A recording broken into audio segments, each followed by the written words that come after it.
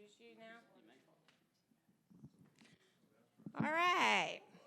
It was a little bit of a slight delay, but we are here.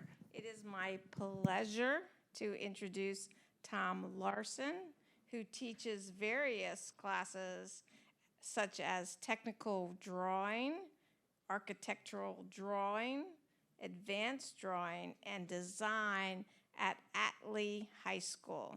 He is also the lead coach for the Atlee Robotics team.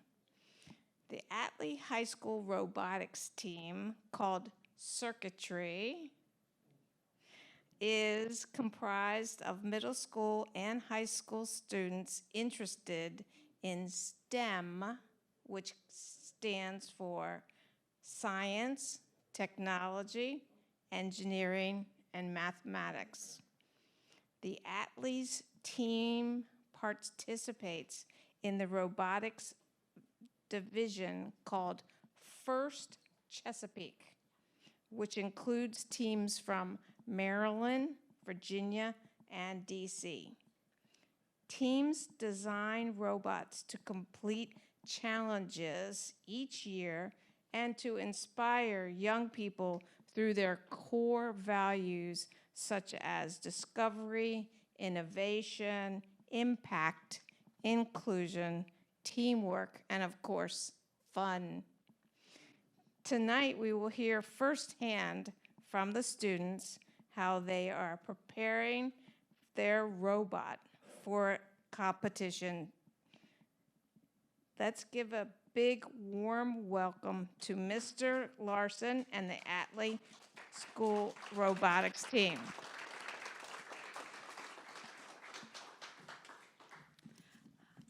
Hi, so we are Atlee CircuiTree, and sorry about the technical difficulties, but I'm Abby, and I am the marketing director, and I'm a junior at Atlee, and everyone else will just... My name is Justin. I am the logistics director for Atlee CircuiTree. I am in my sophomore year, and I love this club. My name's Jess. I'm a senior at Atlee High School, and I'm a build technician for some of our robots. Hi, I'm Ani. I'm in 8th grade, and I do build and marketing. Okay. Okay. Oh my God. Jeez. Jeez. What in the world? Of course it works.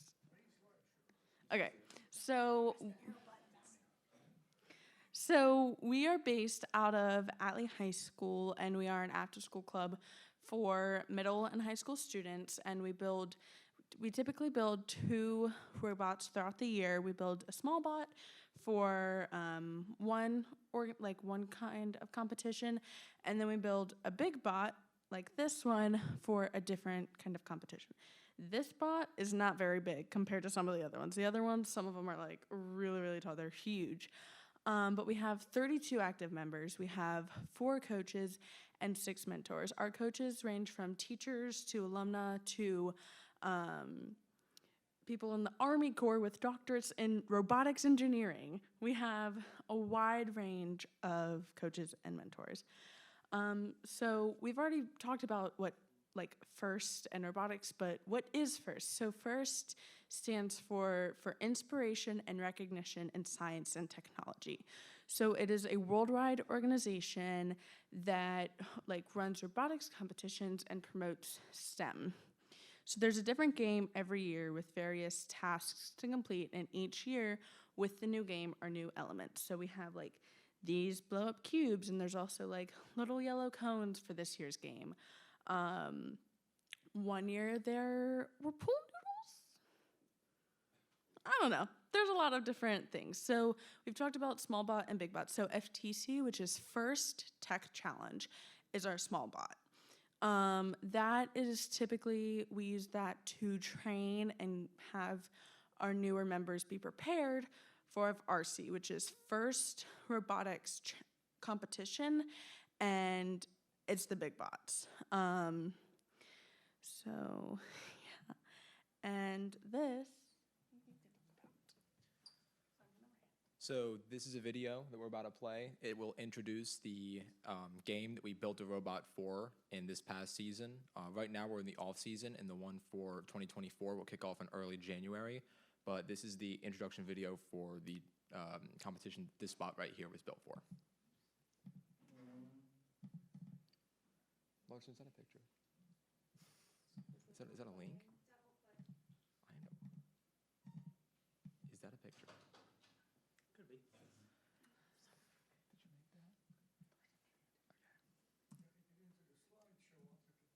Sorry, Yeah. technical difficulties. No, just hit slideshow right there. Will that present it? Yeah. Yay! There, yay. Okay.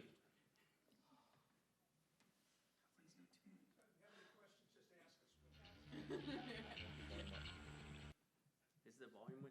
It was playing. It was It playing. was kind of playing? loud. It was. The volume was up. Yeah.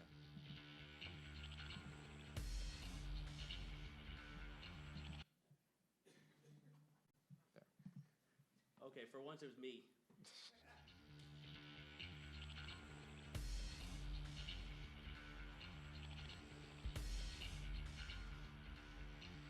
Welcome to the 2023 First Robotics Competition game, Charged Up, presented by Haas. 2 alliances of 3 teams each compete to score cubes and cones into their grid to charge up their community. The alliances earn additional points if their robots are docked to or engaged with their charge station. Robots start each match in their community and may be preloaded with either 1 cube or 1 cone. Each alliance may choose where to stage 4 additional game pieces. During the first 15 seconds of the match, robots are autonomous.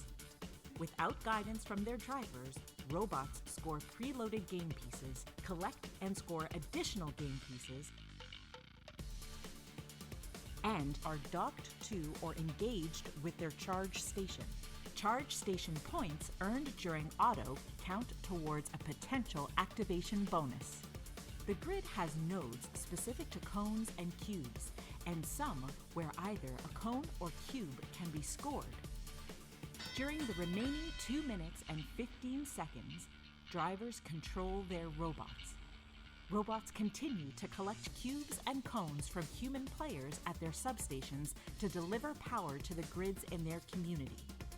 Each community contains 3 grids.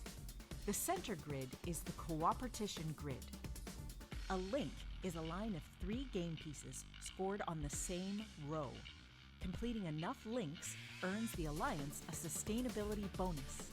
If each alliance scores at least 3 game pieces in the cooperation grid, the sustainability bonus threshold is lowered for both alliances. Robots are protected within their community and loading zones. As time runs out, robots race to their charge stations. Alliances earn points for each robot docked to or engaged with the charge station. Earning enough charge station points earns the alliance the activation bonus. The alliance that earns the most points wins the match. So that is the game that we built the robot you see here for. Our main strategy with this robot was to only pick up cubes, which are the purple balloon-looking things that you see in the bot and on the floor. And the wheels on the side will spin very fast and spit it out so it can reach the higher level goals. So this is a video, another video, of our of one of our matches at the World Championship, because we made it to the World Championship in Houston. So you guys will get to see our robot, not this one. This is a B team, so you'll get to see our much bigger bot that she was talking about, the really tall one. Y'all will get to see that one compete. So now that I know how to get a video to play, I'll get this one up.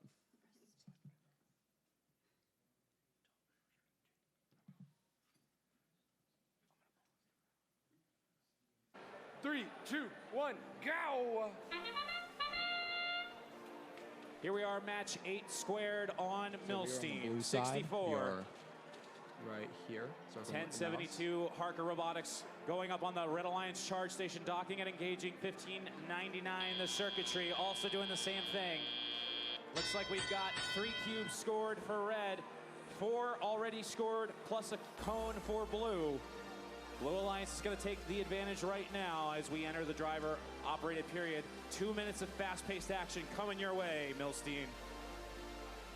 1683, the Techno Titans dropping off a cone on the So top right now, shelf. if you The look carefully, you can see Ford-sponsored our arm up in the air. 3604 And blue that little machine corner of in our the blue mouse, we're community scoring the popping cone on the highest level a goal. cube into the middle shelf. 1599 doing the same. This high-powered Blue Alliance asserting their dominance right now, but here comes your fast-paced, high-powered red 1072, the Harker Robotics machine from the West Coast. Dropping a cone down, just missing it a little bit, but it scores in a hybrid node. So here we come running back across the field. Trying to bring red back Back up to into our this. scoring We station. have 82 seconds left. Blue Alliance with the advantage. Scored. They climb over the charge station and run back Both to the place where alliances they pick up. successfully putting 3 game pieces down into the cooperation grid. That lowers the sustainability threshold down to 5. Lynx, that is. 1683 going up top. They drop another cone up. That's the Techno Titans. The Goon Squad depositing another cube down low. 90 to 61 with under a minute left.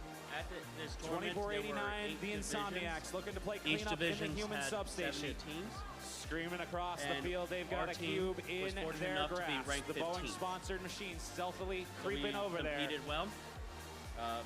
Several of the students here were at this World They're Championship. trying to deposit that cube into their community and maybe And even score it that- down it low. starts with Nicely 4,000 done. They're going to teams scooch it in there. and We're down to the final about 30 seconds. 300 teams going The to the World Robo Championship. Rebels So we were from fortunate Narooma, to be New able South to Wales, qualify. going up on the charge station, trying to get this started for the Red Alliance. They could still bring themselves back in this.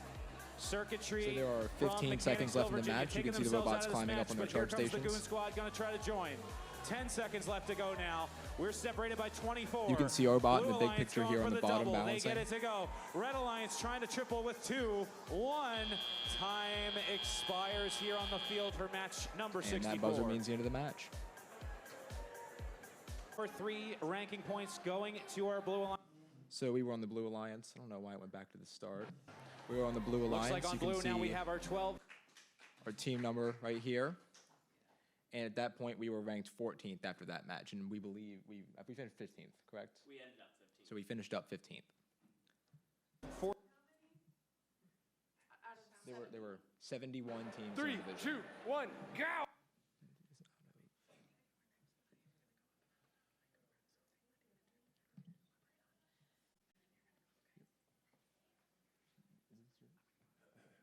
Back to Abby. Okay, so Ani is about to go up, but I just want to say, so he mentioned B team. So basically, a B team is, some teams use a B team for the whole year, but a B team for us, this bot was for, it's going to be for outreach. It was also to help people, rookies on our team learn how to drive, learn what the building process is like before actual seasons start. So that's what the B team bot is. And it's also, when the 2 bots are side by side, you can see a lot of differences of where we learned from mistakes we made with our other bots. So what goes into building a robot? First, we have to build a design from scratch, but before we do that, we have to figure out which of the game challenges it's going to be. So we do use multiple different types of CAD? Yes. Types of CAD? Computer aid designs. Computer aid designs, but we do mostly use Inventor. So we design our robot, as you can see in the first 2 pictures, and then we start with the build. So while we're building, we basically just follow what the CAD design is, don't really make much things up ourselves, but we do include many different types of materials. Then to coding, There are multiple different types of code, but we mostly use Java. And then for outreaches, like bake sales, fundraising, or seeing sponsors, we do much of that too. Now to Abby, I believe. Now to Jess.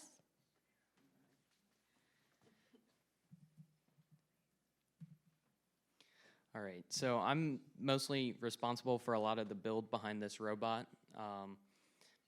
I'll help some of our newer members with little projects and whatnot, but I kind of oversee some of the bigger portions. We're very fortunate at Atlee to have a great shop system, so I've been able to take plenty of shop classes. We have welding classes that we all use for the build process of these robots. It's really great seeing students learn hands-on with tools, drills, etc. And then there's also a lot of higher technology we use in this. So we use a CNC machine on a lot of our parts, excuse me. And then electronics, which is mostly over my head, but we have electronics classes as well that really prepare students for this club. Then for our smaller robot, we use, and for this one, we use a lot of sensors for the autonomous period, so the robot can completely control itself with these sensors, tell how far away it is from an object, where it is on the field, in order to accomplish a task. And then in the driver-controlled period, we use simple video game controllers that you'll find with an Xbox or PlayStation or anything of the sort. Okay, I'm just gonna preface this. I know nothing about code. I'm gonna do my best, but I know nothing. So we on our team, we write our code in Java. Java is one of the many types of coding languages. I know there's Python and some other ones, but I don't know them off the top of my head. And so last year, one of our members, Simon Dash, he made videos to teach rookies the basics of code. And so we also use vision targeting, and we use one of our coaches, Dr. Glassbell. He helps us with that because he does that in the Army, so he kind of just helps us with that. And Swerve, so this bot has Swerve. It allows us to move anywhere we want on the field, rotate, move in any direction, instead of just, going like that. Mechanums pretty much does the same thing, but in a slightly different way, and I know nothing about encoders, so we're just gonna skip that because I know nothing. And then so for outreach and fundraising, that is another important part of building a bot, because we need to be able to have money to buy the parts and everything to build the bot. So we do, our team does something on 8th grade fun day. So at the middle school, towards the end of the year, the middle school does 8th grade fun day for all the 8th graders, before they go to Atlee. So we go over, we kind of will do something fun. Last year we made just 2 little small bots that had a pencil and a balloon, and we would let the 8th graders drive it and try to pop the other balloons. It was a competition, whoever won got candy. So we just do that to be try to be come join us, we're fun. We also have a fundraiser at Texas Roadhouse where we sell peanuts. We do a election day bake sale where we make, I think this year was hundreds of baked goods, so many, and we sell them with coffee. We do Covenant Woods here. We host competitions. We're hosting one in December.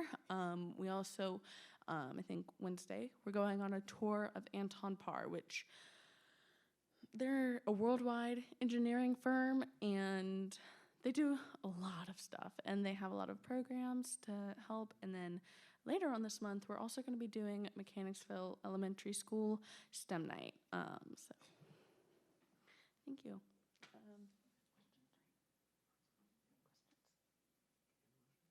Does anyone have any questions?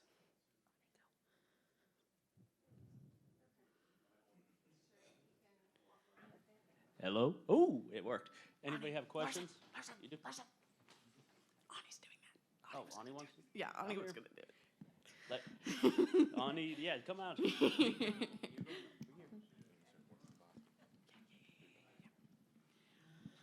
When you're building, do you have to fabricate every single part? Do you have access to a 3D printer, et cetera, et cetera?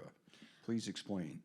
Okay, so we have a lot of, I think we have 10 3D printers in Mr. Larson's classroom, and we use that for a lot of what we do, like on this spot. Can you rotate the box so that they can see the 3D printed stuff? So the small green thing on the front, we 3D printed that.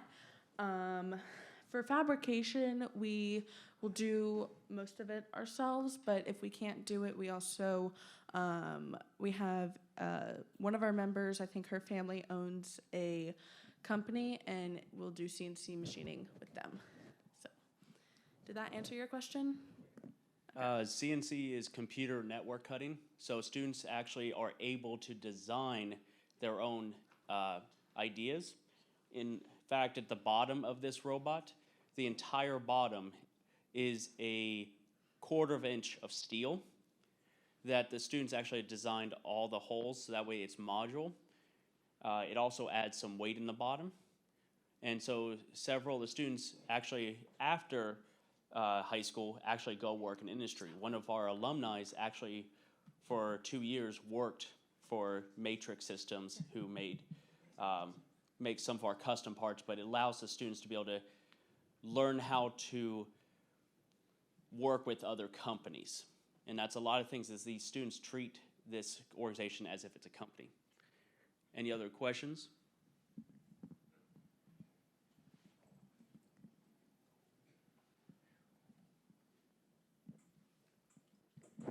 You said you were using Java. I wonder if that's pretty much the standard in production of such things. Is it? Yeah. I don't know anything about code, so. Also, I'm just gonna move this thing around because I'm on my tiptoes right now. I am short. I'm trying to see all y'all. I am short. The way I look at it, they don't know it yet. Yeah. So there are several different languages that the robotics organization can use. C++, Java. There's also other softwares that are like drag and drop, LabVIEW, Scratch, and all various. In its current state in the world, about 60 to 65% of robotics teams use Java because it's a kind of a middle ground. It's not too complex, and it's taught in the school. However, I will say there are a couple students who are interested in learning C++, which is a higher end robotics language. That's where I'm going to be with Abby, where it's a little higher than me. But the way I look at it, if the students want to learn a various amount of coding, design, or that, we'll learn it together. Any other questions? We are constantly, every time we turn around, it's artificial intelligence. And is it good or bad? And should the students, be taught it or stay away from it? What do you think? Well, I know in class we have to stay very far away from artificial intelligence. I had to sign so many contracts saying I would not use any AI for anything. But when it comes to robotics, I think we use some, but we typically try to do most of it ourselves. I mean, I am not hating on artificial intelligence. I think it is something that will help us a lot in the future. But I think the school is very against it because, certain people like to do certain things. That's all I'm going to say. Did that answer your question? Okay. Are there any other questions? No? Fired up. Yeah, so right now we're working on getting the bot all turned on, and we'll show you a little bit, and then if y'all want, y'all can drive it too. Just please don't run it off the stage. We were competing, and I kind of messed up the bot a little bit. To be fair, I was told to break it, but Weren't you told to break the other robot? no, I was told to break that one. To be fair, I was told to break it, but please don't run it off the stage. Please. It was a coach. It was a coach. But yeah. Yeah. So we're firing that up.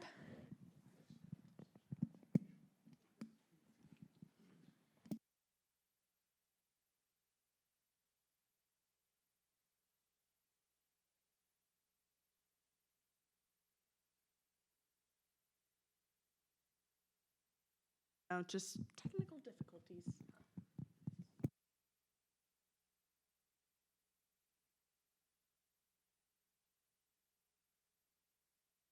Yes.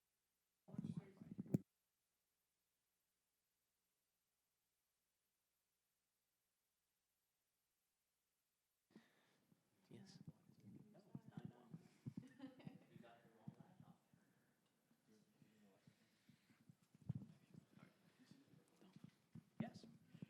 So, just saying as the teacher, we're having a lot of teachable moments with these students where they need to know which laptop to use for the robot. Since we use multiple different robots, sometimes they pick out the wrong laptop for it.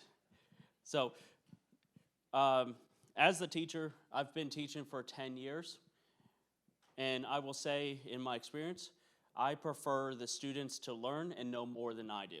That is my purpose. Many of these students have taken my class.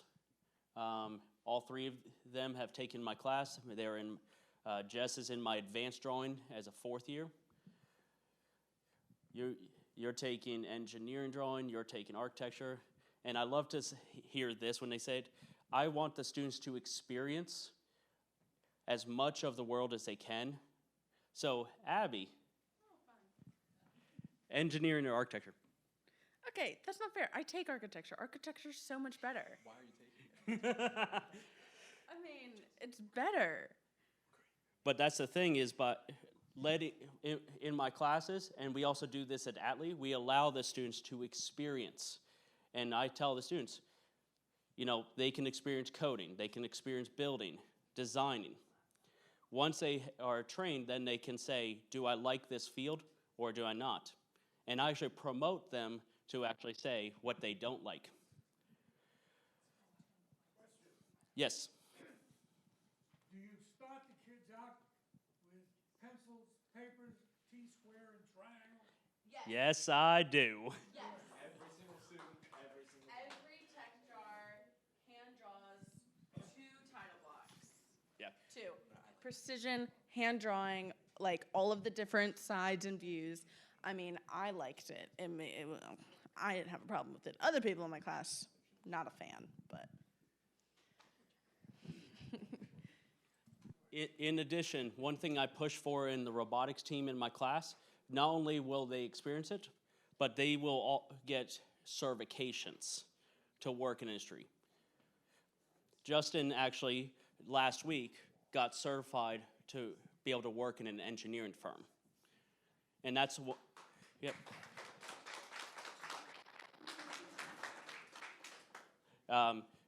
Abby will be looking at taking the certification for working in an architecture firm as a designer. Jess, you've taken AutoCAD and Inventor, or is it? Yes. So multiple certifications. And I tell the students, they have to pass twice to get exempt from the final. Because you might be able to pass it once, but now let's go for the perfect scores. And so part of the, robotics is not just a competition. It is growing students, finding what they like, working with other students, working with the community, working with engineers, inspiring them. of what they could be. And in fact, as you've heard from Ani, we even bring 6th, 7th, and 8th graders in. Yep. Lily over here is a middle schooler. We invite all. That's who we are. We invite all, and one of the things that we inspire for, you may not know it now, but you will learn in the future. It is never, I don't understand. It's, I don't understand yet. Oh boy, you're gonna... I'm going to step back away from this thing because I'm afraid of it. It's not that bad. But so I am. Ani, could you hold it for... Yeah, I can hold it. Okay, I will give it in a second. So I am going to preface this. I'm going to, do the outtake thing, so that cube is going to go flying.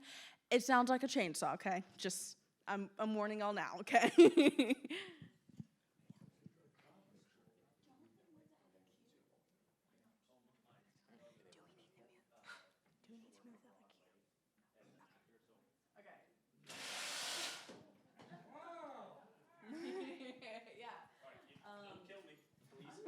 I'm not. Yet.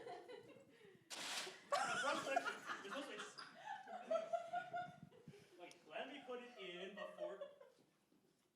This thing is like a balloon. It will not injure him.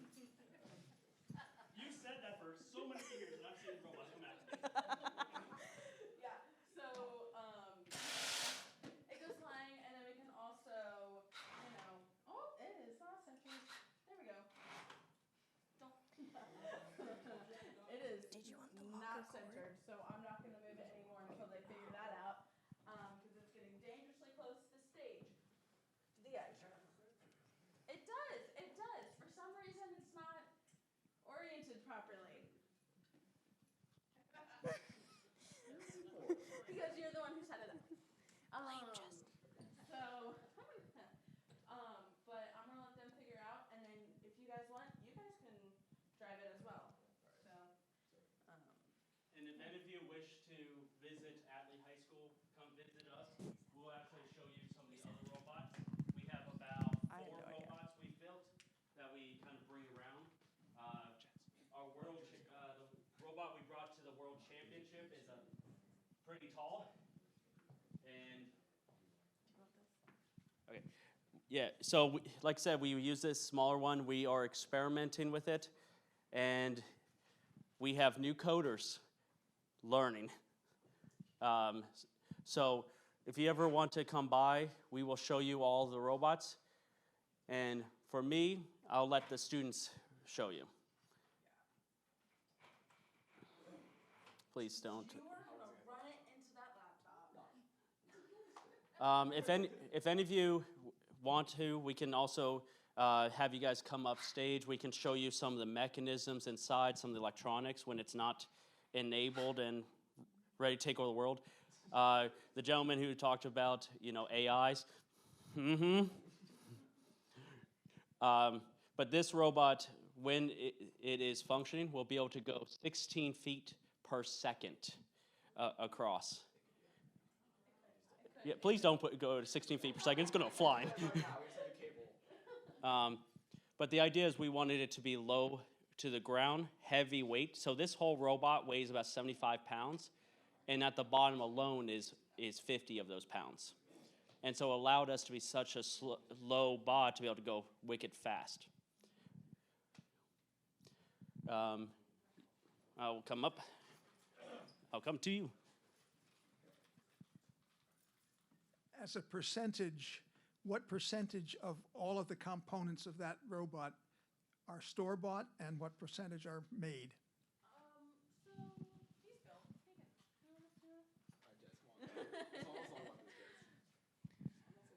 So most of the robot is store-bought to some extent. So we buy all of the aluminum tubing.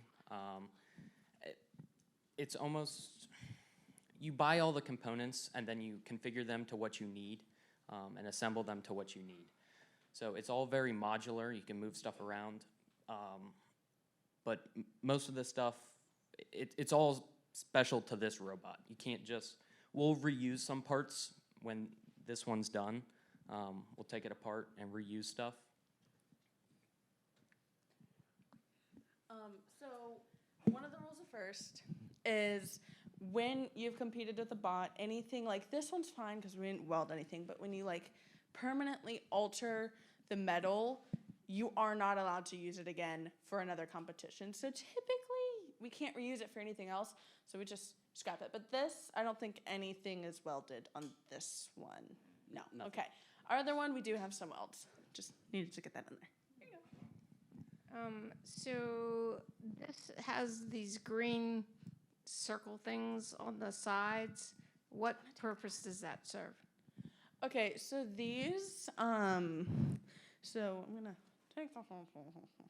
Okay, so this is our intake and outtake. So this arm will go down. Code's messed up a little bit right now. We can't do that. Also, I do apologize for our lack of organization. We were kicked out of our closet. Everything is a bit of a mess right now. But, so this arm will come down. These can spin in, and then we can pick up the cube, bring the arm up, and then as you saw, it will spin the other way and shoot it out onto a platform. This was one of the parts that I maybe messed up a little bit. Because we had aluminum instead of steel, and we got rammed by another bot. This may be bent a little bit. But it has since been fixed. But yeah, so they're rubber green wheels that allow us to pick up and throw out the cubes. Don't spin it while I'm right there. Welcome. Any more questions? I think he wants to spin it. He wants to spin it. Oh, there it is. Yeah. So that's when it brings in. So if you It's a lot slower. want to beat it while it's doing that? We can, yeah. Yeah, so we'll pick it up. I could shoot it if I want to. Why not? Why not? Yay!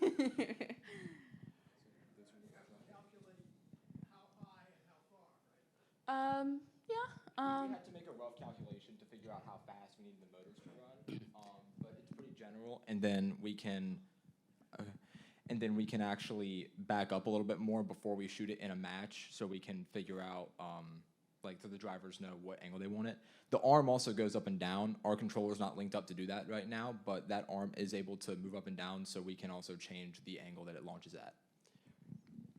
And we did, for competing, one of the parts of our code was we figured out the best angle for the arm to be at when we were moving, when we had a cube. So we had a preset button on the controller where we could just press that, and no matter where the arm was, like on the, I don't know what it's called, it would automatically go there to make things easy, quick, because it's a 3-minute match. You are go, go, go the whole time. Are we good? There was a, not this year, but a previous years, where we actually had to shoot dodgeballs into a hoop that was 10 feet in the air. And the field is the size of a basketball court. And we were coding ours to be able to shoot anywhere in the field. So there was a lot of angle calculations, like, oh, our angle is at 60 degrees, and if I'm this far, then I know how far horizontal, which to some of the students should recognize that as, cosine. So there is a lot of math involved. Y'all, I dropped AP Physics. There's a reason I dropped it.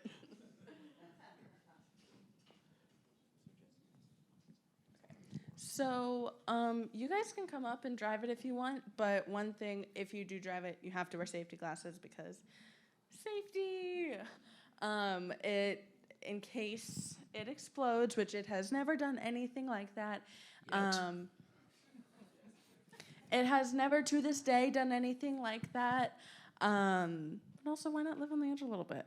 But so you will have to wear safety glasses, but it's really not that bad.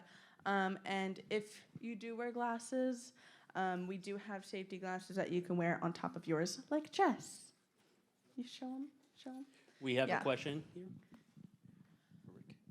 Where's the power come from for the robot?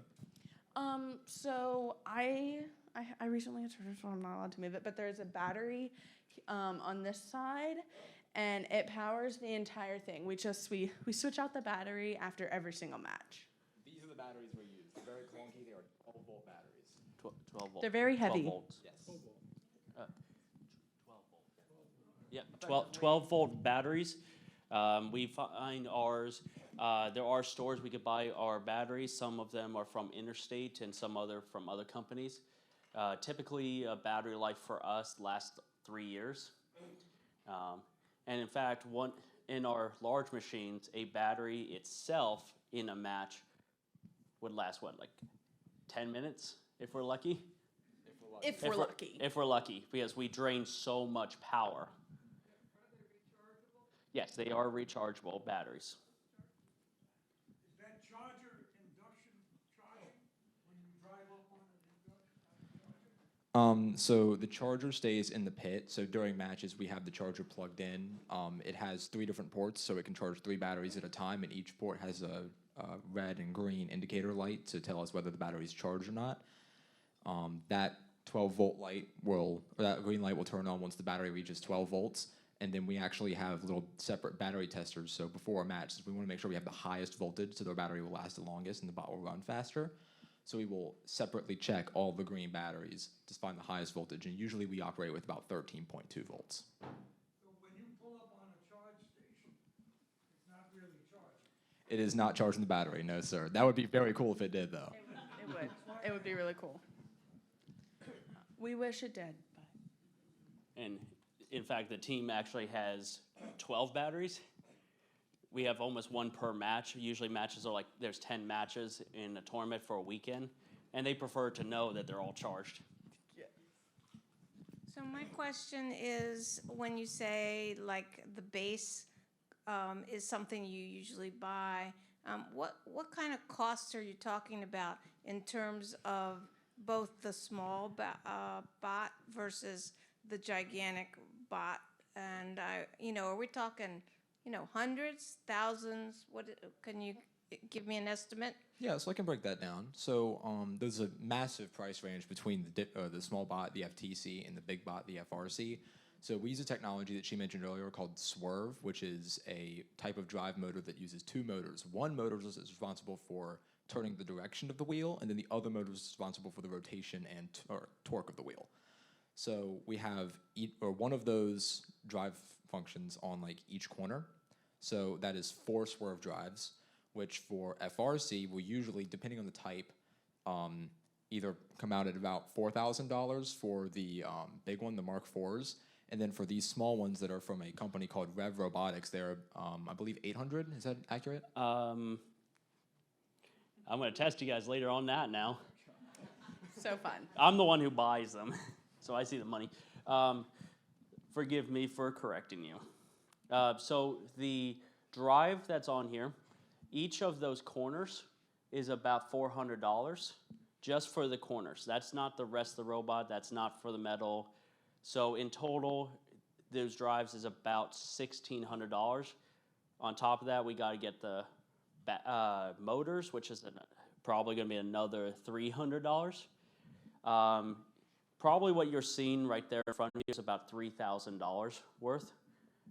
We actually have a maximum budget of $5,000 to build in the robot. That's where we do a lot of outreach. The students actually work with me writing grants.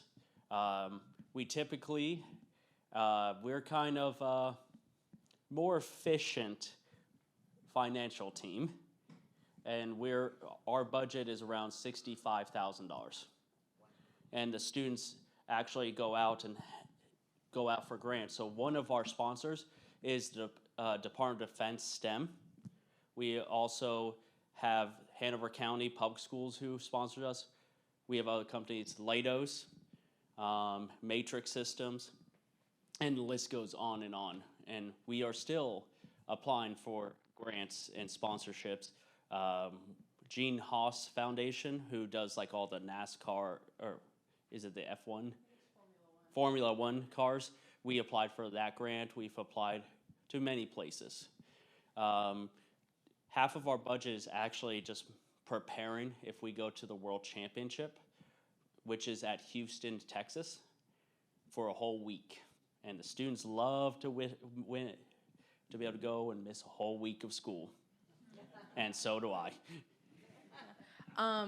Like for the sponsorships, me and another member of the team, like last winter break, we went out and we went to like 7 to like 13, I don't even remember, different stores all over the area trying to get sponsorships. We were denied at every single one, but it is okay because we got the experience. It gets them talking. And not all of our sponsorships are for money. So a lot of our sponsorships will go out to different businesses and say, hey, we're hosting a competition soon. Could you maybe sponsor us by having some of your employees volunteer for us? And that also helps cut costs a lot, but it is not purely financial. So there are a lot of ways many companies can help us without being financially motivated. Anybody know, any shop people here know what a bandsaw is? Now think of one that's mobile. And we had Ace Hardware who actually donated a porta bandsaw for us. So that way when we're in the middle of competition, it's not wired, it's battery charged, and we can immediately fix the mistakes if Abby breaks the robot a second time. No. Freshman year, we pulled the porta band out, districts, because I don't even know what happened, but Frame did not like it very much. Our coach, who is now retired, he poured out the porta band. We were like, oh, this is big. We were like, I'm gonna walk away now. It's not all me, not all me. So part of sponsorship is, financial, any type of mentors who have experience. And the way I look at it, everybody can mentor. Every person in this room has a different background, different ideas. And in fact, it's sometimes better not to have just 4 people in the room. It's better to have new people come in and start thinking stuff. So does anyone want to drive the bot? No?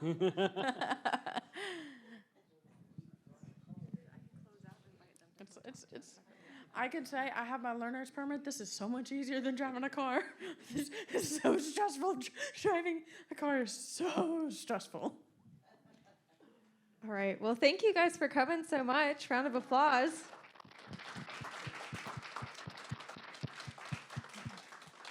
Thank you for coming. For those who watched at home, thanks for sticking in there. Like they said, if you want to come talk to them, drive the bot, feel free. And otherwise, have a good night.